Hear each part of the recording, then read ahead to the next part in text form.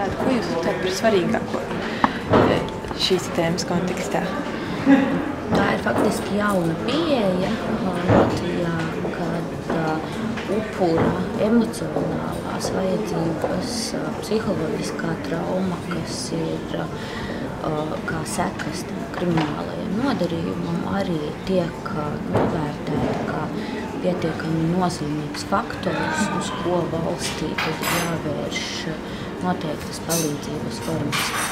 Labklājības ministrijai ir zināmas analoģiskas pieredzes, piemēram, ar vardarbībā cietušiem bērniem vai arī pakalpojums, kas jau šobrīd Latvijā tiek nodrošināts cilvēku tirdzniecības upuriem. Līdz ar to mēs varam gan vērtēt jau esošo pieredzi, lūkoties, kā tā ir piemērojama šajā plašākā kontekstā, un tā ir arī Labklājības ministrijas devums kopējas pieejas izveidē.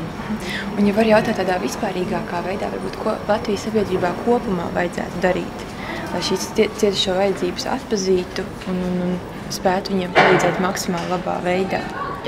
Pirmkārtām saprast, ka cietušajam gandarījumu var sniegt neviena pārdarītāja sodīšana, kas ir tikai viena apšaubām pietiekami būtiska sastāvdaļa, tad šī nozieguma seku apzināšanā un likvidēšanā, bet arī upura, kā es minēju, emocionālo un psiholoģisko vajadzību, kas ir kā pārdzīvotās traumas rezultāts, pienācīga apzināšana un palīdzība.